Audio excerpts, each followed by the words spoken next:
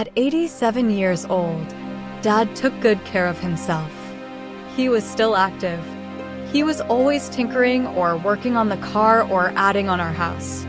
He was involved with sons and daughters of Pearl Harbor survivors. He would take veterans to appointments. Even at, in his 80s, he did that. He just had a good heart. Everything changed that day. It didn't seem real.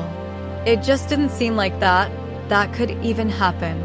The only type of person that could do something like this had to just be pure evil. I was just in this dark, determined space.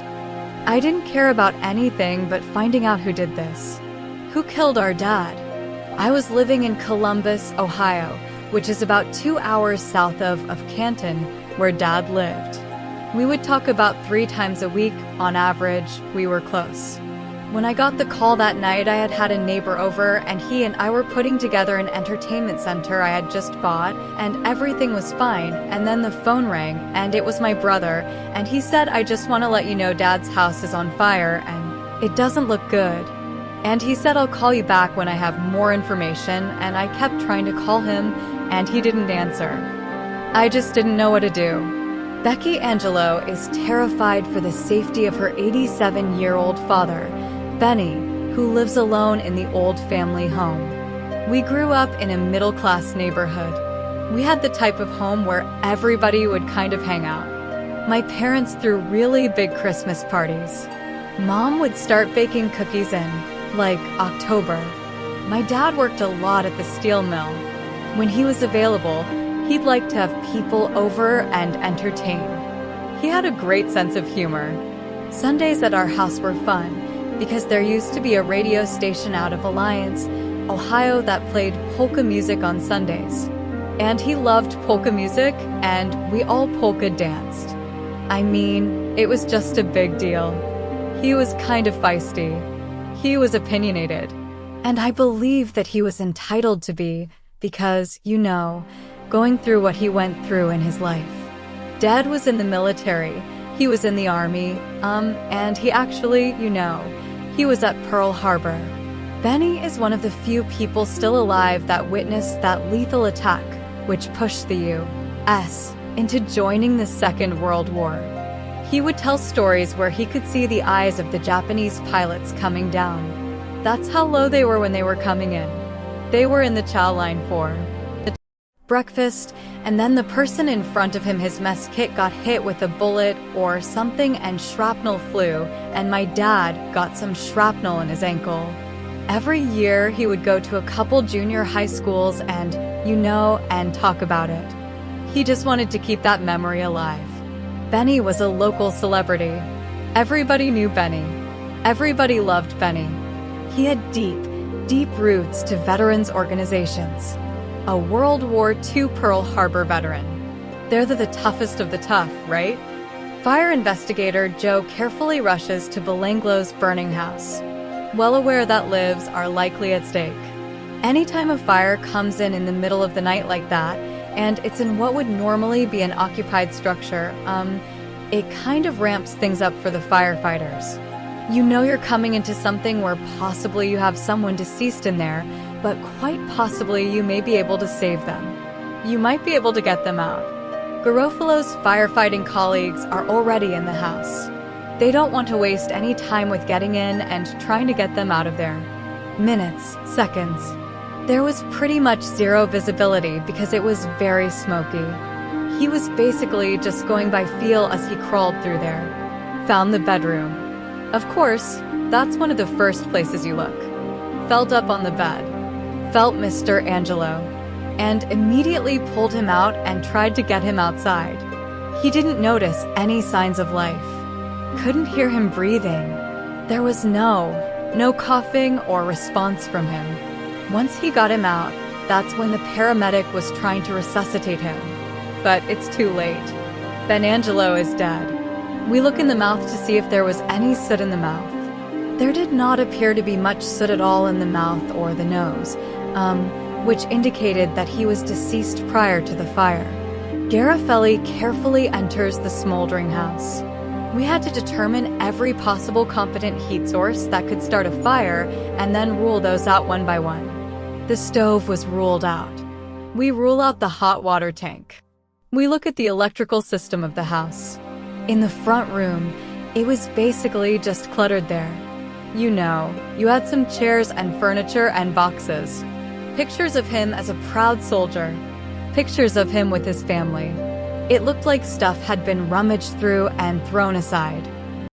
And the tables were upended and there were chairs piled up on it. There were several liquor bottles laying around. And there were strange burn patterns. You could see what appeared to have been liquor that was splashed around and then lit. Those suspicious burn patterns told carefully that the fire was almost certainly started deliberately. Went into the bedroom, you could see where Mr. Angelo took his last breaths. And, there was some blood and stuff on it. And, there was a safe open right there at the foot of the bed, and it just kind of telltale, you know. It looked like we had a crime scene here. Detective Victor George of Canton Police Department remembers that tragic night when he got the call. This is Mr. Angelo's house. I came immediately out to the scene and started scouring the house for any evidence that could be found. Of course, with the water damage and the condition of the house. Physical evidence was kind of few and far between. From what we've seen in the bedroom, we were able to deduct that this was a home invasion or a burglary. We could not find any sign of forced entry. There was no breaching of the door jambs or the locks or anything of that nature.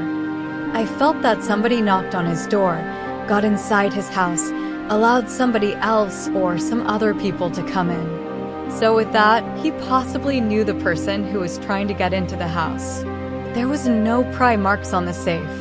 There was no tooling marks, nothing that indicated that there was force applied to the safe. Inside the safe, we were able to find a handgun that belonged to Benny. I spoke to the family in reference to this handgun and asked, did he have any other firearms?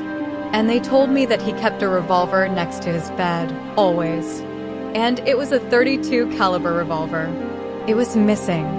Mr. Angelo, was transported from the scene. When I got to the hospital, one of the first things that the doctor talked to me about was that they did have what appeared to be puncture wounds, most likely bullet holes. I think as far as everybody was concerned at this point, somebody forced Mr. Angelo to open the safe and then shot and killed him. Remember just kind of collapsing to the floor. There was confusion. There was sadness. There was questions. There were so many things. I mean, my mind, my mind was just flying all over the place. Like, what do you mean he was shot 4 times? It just seems so surreal. Like, who gets a phone call? Hey, your dad's been shot 4 times. Never in my life ever did I ever expect to live through anything like that. I got in the car that next morning and drove. I knew that I had to get up there. So, it was a long drive. It was probably the longest drive I've ever taken in my life. And it was only 2 hours. When I got to Dad's house, it was bizarre. It was boarded up. It was black soot on things. There was crime scene tape. We couldn't even get into the house at that point because, there was an investigation going on. But just the feeling of standing out there and wanting to go in, but not being able to. But then when all that stuff was taken down and we were able to go in, and just to see the struggle and things, it was hard. It was hard to see that. It was hard to see a puddle of blood on his chair. It was hard to see hand blood, streaks down the hallway. I think I was more angry than anything. I think at that point is when it clicked. I just remember the family being there and detectives being there and news people being there, and it just didn't seem like there was any time to even process anything, Everybody was just in shock. In utter shock and heartbreak. It was absolutely devastating. Becky sees a familiar face among the investigators on the scene. Led Detective Victor George. Victor and I went to high school together. He was an athlete, I was an athlete. You always want to run into your old acquaintances, your high school classmates, but you don't want to have to tell them, I'm investigating your father's murder. Just having him around, somebody familiar, was comforting in a way. He was just really reassuring that he was going to solve this case. The coroner's report confirms that Benny has been shot 4 times, once in the head and 3 times in the chest. He was shot and killed with a .32 caliber revolver, believed to be the one belonging to Mr. Angelo.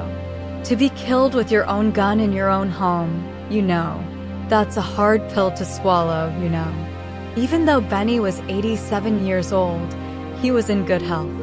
It's why I believe there was more than one person, because I don't. I think it had to be because it would have taken more than one person to take my dad out, That's how he has such a strong spirit. There's little chance of finding any forensic evidence. The fire and the water used to put it out have made the investigators' job much harder. You have to go in and put a bunch of water into a place to put it out. There was active fire in there, and water did need to be put on it to put it out. Otherwise, it all burns up. This is something that's kind of unique to fire investigation. It's one of the only crimes that your evidence decreases as the crime progresses.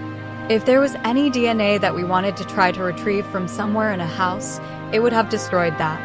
But against all odds, one potentially valuable clue survives. Our identification bureau was able to find a hair in the front door mechanism. One single hair. That hair appeared to be blonde. I know the family of Benny Angelo, and they're all dark-haired. Benny had white hair, but he had very short hair. Why is there a blonde hair in the mechanism of the door? That was a huge lead for us. I believe that belonged to the person who entered the residence and ultimately assaulted him. Detective George sends the hair to the lab for DNA analysis. The family and the town of Canton mourns the loss of their local hero. We had a vigil on the front lawn of Dad's house. And we had the military there. We had the 21-gun salute. People were laying, like teddy bears, flowers, and things. And then the bugle player showed up. It was so hard, but it was a proud moment for me to see how many people cared. I can't even listen to taps anymore. Without breaking down or, thinking about Dad, it takes me just right to those moments. You'll never find a nicer guy than what Randy was. I was just amazed by how many people were out.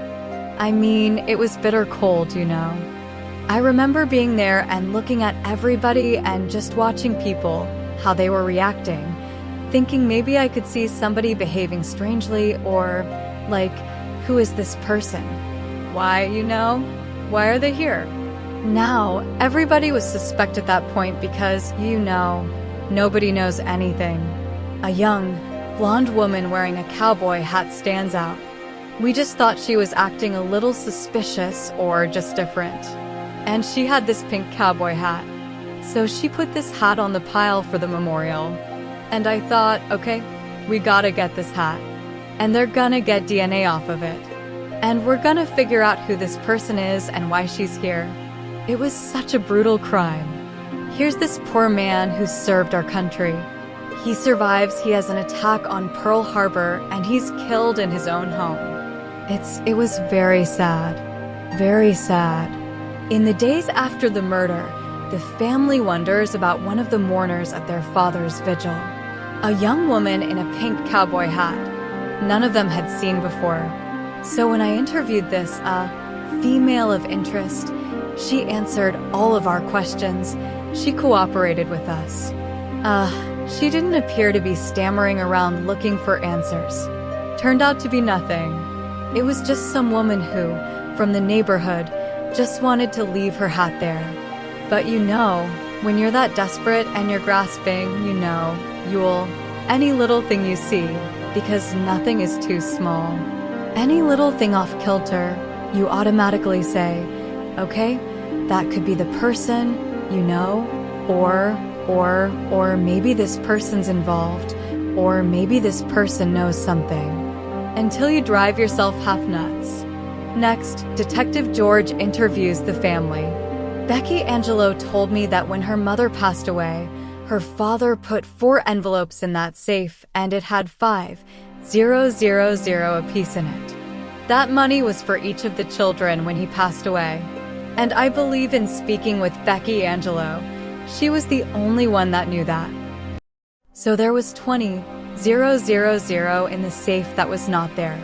After speaking with Mr. Angelo's 4 children, it was very clear that none of them had anything to do with his death. He didn't have life insurance. He didn't even have homeowner's insurance. So the house, when it got destroyed, was a loss to the family. George checks police records connected to Benny's address and finds a promising lead. 2 weeks prior to Mr. Angelo's murder, he had a burglary to his residence. He wasn't home at the time, but somebody had broken and they had stolen envelopes that had cash in it for Christmas presents. Now, a patrol officer went out, took a report. He looked around, didn't see any sign of forced entry. Now you go 2 weeks ahead, and he's broken into again. Investigators think the pattern of repeated burglaries could be significant. It was just something about it had to be somebody from the neighborhood. There was actually 2 brothers that lived down the street. Both of them were drug addicts, and they've had issues with burglaries and the drug trafficking and, minor violence stuff. We thought maybe that they broke into the house to get money to buy drugs. So being that they were on probation, their parole officer did a home visit, and we didn't find anything that would link that young man or his brother to Benny Angelo at that time. We developed another female suspect of somebody that would come over and do work for Mr. Angelo. The family felt she took advantage of their father for monies, and she had blonde hair. I went and interviewed this young girl. I asked her if she'd voluntarily give me some DNA sample, and she said, "Sure." And I said, "I just want to get a couple of your hairs out of your head." Before he could run the test, the lab results come in on the blonde hair found at Benny's house. The hair ended up being non-human. Investigators widened the search. I probably looked at several dozen people of interest. I mean, anytime we had another homicide that was similar to this, same MO, then I would rush that down to the crime lab and try to get ballistics on it to see if it was the same firearm or not. Then an accidental discovery offers new clues. An elderly gentleman who is just cleaning up his debris, and underneath a bush, he rakes out the old dead leaves, and he finds a brown leather holster and a wallet with Benny Angelo's ID in it. I would say the way the crow flies, it was probably 500 feet from Mr. Angelo's house. Is there best lead yet? What the discovery of those items did for us was show us a path that one of the persons that left Mr. Angelo's house was walking, and discarded those items under some bushes that nobody would ever find him. It revived me with a new sense of energy on the case, and I was excited to hopefully come up with a resolution to this murder. After we found a holster and a wallet with Benangelo's ID inside, they were sent down to the crime lab for analysis. But they had been sitting in the weather since January 7th till July. There was no fingerprints to obtain. There was no DNA. There was absolutely nothing other than the recovery of those items. It was tough. This case kept dragging on. All you want to do is bring peace to the surviving family members, and I couldn't do it. Victor took some phone calls from me at all hours of the night that probably I wasn't my best self. I was like, are we ever going to solve this case? I said some terrible things because things weren't happening maybe as quickly as I thought they should. I would get another homicide case and be able to solve it right away. And that's when her anger would come, and she says, you can solve everybody else's murder, but not my father's. You take it with a grain of salt. I understand what she's going through. It was frustrating, just not knowing nothing's happening fast enough. He allowed me to just get it out, and then we would just move. We would move forward. I just kept thinking, what else can I do? I started investigating stuff on my own. Knocked on doors, approached people to ask them questions, I wasn't afraid to ask anybody anything. I got a little determined, I think is a good word. Determined to find out who did this. I knew where there were a couple bad spots in the neighborhood, so I would casually, it's kind of incognito, wear a lot of clothing and go hang into, you know, go walk around these people and be amongst them. I knew I had to be careful because I was all over the news at that point and I didn't want to be identified. Having a civilian attempt their own investigation is always a concern. You know, leave it to the detectives. We know the do's, the don'ts, what we can do. There's always that potential that you're going to scare somebody off. She would sometimes. She put herself in situations that maybe were not the best situations that she should have been in. It's not like when you go through something like this, there's a manual. Hey, go get a book at the library. It'll tell you exactly what to do to get through this. There's nothing. I started feeling like maybe what I was doing wasn't the healthiest or, you know, like what if somebody recognizes me or something even worse. So what I was doing is like, what can I do to help and not hinder? But, not put myself in danger or put my family in danger. Becky actually put a reward up, and the local FBI and our department threw in, and we had a 15,000 reward for the conviction of the person or persons responsible for his murder. I walked around with this sandwich board on me for a long time with who killed Benny with the reward. And it was like a 3-year-old put this thing together, but I didn't have any shame in wearing it. And I went with whatever I could just to let people talking. Don't let people forget. We learned some things, but nothing really ever amounted to anything. Another year goes by, still nothing. It was just like everything was stacked against us. It was frustrating to go on that long not knowing. Your mind goes places and you think about, what am I missing? This person's probably right under our nose. They have to be close. Months pass with no new leads. The case of the murdered war hero goes as cold as the winter winds that blow across Ohio. I felt like I did everything I could, and there was just nothing left to do at the present time. When you're out of leads, it's kind of out of your control. This case, going unsolved, played a lot more on my emotions than any of the other cases, just based on the fact that I had a personal friendship with the daughter of Mr. Angelo. I never lost hope. Even if it was just a teeny tiny bit, I hung on to it. I hung on to it. Because it was just so tiny, I was afraid if I'd let that go. I don't know that I'd even be sitting here today, really. That's how dark it was. I'm like, if somebody could do this to Dad, 87 years old, we gotta stop them. We gotta get these people off the streets. The only thing I cared about was bringing justice. That's when I started sending out posters to the jails. People in jail talk. I just kept thinking somebody's got to know something. I was not thinking that this would be a story 1 year, 2 years, 3 years down the road. I thought police would solve it, but there weren't any answers. This is years now, but no real concrete suspects. It seemed like every time I took a step forward, I felt like I was getting knocked backward. Becky Angelo does not give up her fight for justice, doing anything she can to keep her father's case alive. Just one night, I thought, okay, I think we've put flyers on every telephone pole and business and wasn't really doing anything. And I just figured people in jail brag and talk. So let's go there. And I thought, okay, Ohio has 88 counties, which probably means there's 88 county jails. And I thought then maybe I should branch out to Michigan, Indiana, all the surrounding states. I just attached a little 8x10 poster with a note to the sheriff. Please post this in your jail. They were hung up right in the receiving area where you bring a prisoner in. And in May of 2012, I received what they call a kite. And it is a message that a person in our county jail passes on to a corrections officer, and their request is to speak with a detective. We get requests. from inmates a lot that they have information in reference to a certain case we're investigating. It really doesn't spark an interest to us unless they could tell us something that has not been released for the public to see or hear.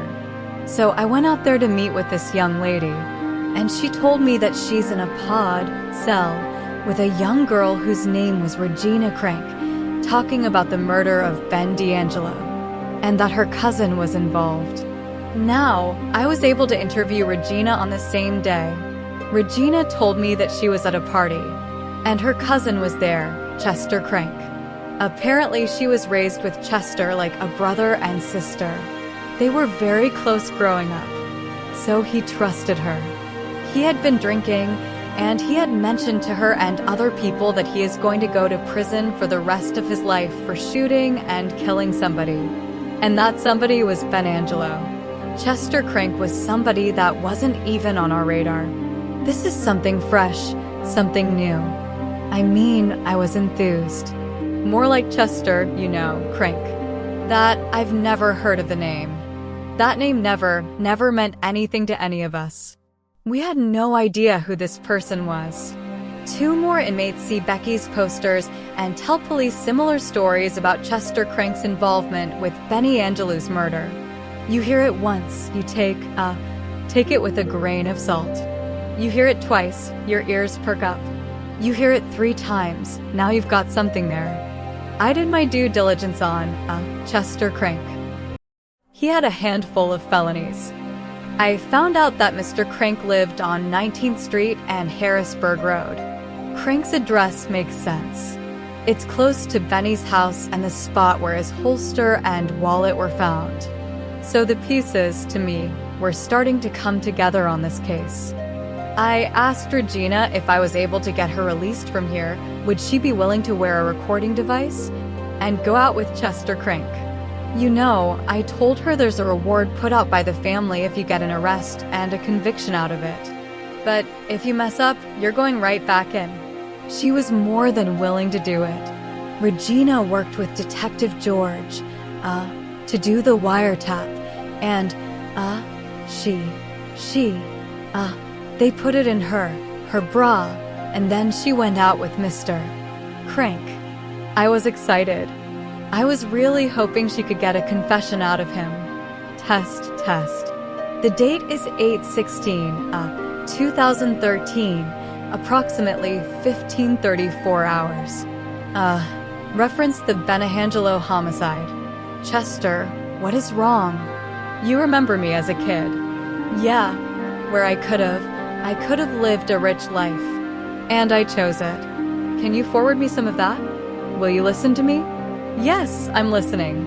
Detective Victor George finally has a solid suspect in. The Betty Angelo murder case, a man named Chester Crank. George hopes Crank will confess to the crime while being recorded by an undercover informant. His cousin, Regina. I almost couldn't believe it. I was a little worried for her. I didn't want her to put her life at risk, but I thought if he's the person, she's gonna get him. She would go out with Chester, sometimes 3-4 hours at a time. And then I would meet up with her and retrieve the recording. Chester, I'm here right now. Away from everybody. Why do you run your mouth every time you get drunk? Why do you run your mouth about killing that guy, huh? I don't want to talk to you. You tell one of your F family, you F idiot. They want to hunt me down. Each time, we were able to get a little bit more detail towards what had taken place at Mr. Angelo's house. Chester, what did you hit somebody? No, you didn't. Yes, I did.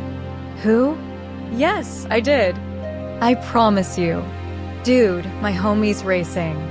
No, you did not. I promise you. They can never prove it. You did not kill somebody. No, you did. Yes, I did. Took his F-ing life. You did. Took him like a beast. Yep. Yeah, I'll let my homies watch it. Why are you going around saying it? Why would you even say it in front of him, dude? I'm your family, that's what you get. Because I don't give a hitch. When our office heard the tape conversation, we were confident that we had enough to present this to the jury. We finally had him on tape. He was charged with arson, murder, robbery, and burglary. I was ecstatic, to say the least. But I guess the emotions didn't really hit me until I called Becky to let her know that I am going to have an arrest tomorrow. I was like, what? This is really happening? I was just, like, shaking the whole time thinking, is this really going to be it? Is this really the person? Is it going to be over? Under interrogation at Kenton Police Department, Crank denies everything. Mr. Crank named 3 other suspects, but he said he was not involved in this case at all. I probably spoke to him for over 2 hours, tried everything I knew to try to get him to break, to tell me the truth, to tell me what happened, and it did not come to fruition. The audio tapes covertly recorded by Regina tell a very different story, providing damning evidence against Crank. He made an admission that he was the one that shot and killed Benny, and he explained why there was 4 gunshots on his body. When the other 3, they're inside, ransacking the house, a gunshot goes off. They run into the back bedroom where the gunshot was. Benny Angelo was in there, and Crank had told the other 3 that they had to shoot him too because they were all as culpable or responsible as he was. After months of delays, the trial of Chester Crank finally gets underway. Tracy Carlos is live with what happened today in court.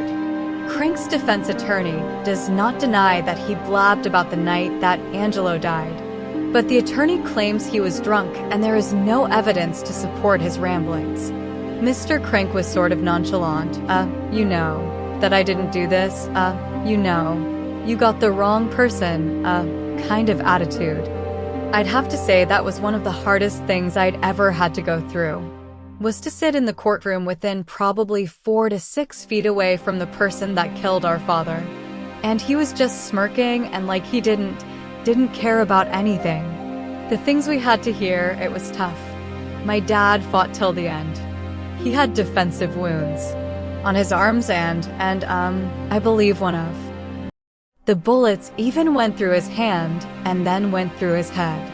And I wanted to inflict as much pain on Chester Crank as I could, physically. But we knew we couldn't do anything to jeopardize a mistrial or anything. The defense offers no witnesses. And after just 5 days, the trial concludes. Any prosecutor that thinks they got a 100% slam bam cases, I've never met that person. You can present the greatest case, you just don't know what 12 jurors are gonna do on that specific day or trial. Chester was found guilty by a jury of his peers of aggravated murder, aggravated arson, robbery. The family asked the judge if they would pass sentence immediately, and he was sentenced to life in prison without the possibility of parole. The guilty verdict was very satisfying to me, because I knew how his family was so involved in making sure justice was served here. And I know how Detective George just worked very hard on this case. So I was satisfied that Chester Crank definitely received what he deserved. You talk about a celebration, I mean, it's almost like you can breathe again. Like you can just get air in your lungs and be like, wow, this is happening. You know, I'm not living this nightmare anymore. And it was worth it. All the struggles, all the tears, to finally get somebody. It was a great feeling. I think I finally felt joy for the first time. Yeah, the first time in about 7 years, I felt like, finally. I was truly happy for the family that they finally were getting justice for the murder of their father. This had been a case that had gone cold for a lot of years. Becky is among the strongest people that I've ever met. She did not give up. She did not waver. She wanted this solved, and she got it. I know we all cried. We all hugged out in the hallway. We maintained our decorum in there, but we were all holding each other's hands and just saying, thank God. Thank God. We are very confident that we convicted the killer. We are confident in that regard. But there was evidence to show that there was approximately 3 other people that was involved in this hole. If any evidence comes forward, I'm sure they will proceed, to present it to a grand jury. But at this point in time, that's all they are at this time is suspects. And that's why that chapter might be closed. But this book isn't done because I know that there's other people that should, that need to be held accountable. Chester Crank took the only father that we ever had. The holidays aren't the same. I mean, not having Dad and the way he was taken from us. Yeah, I don't even put a Christmas tree up. I know, it's tough. I'm working on that, you know. I'm just trying to get better about it. Every day I miss him. There's certain things that somebody will do something or say something and it'll be like, God, that reminds me of Dad. You know it, I miss him a lot.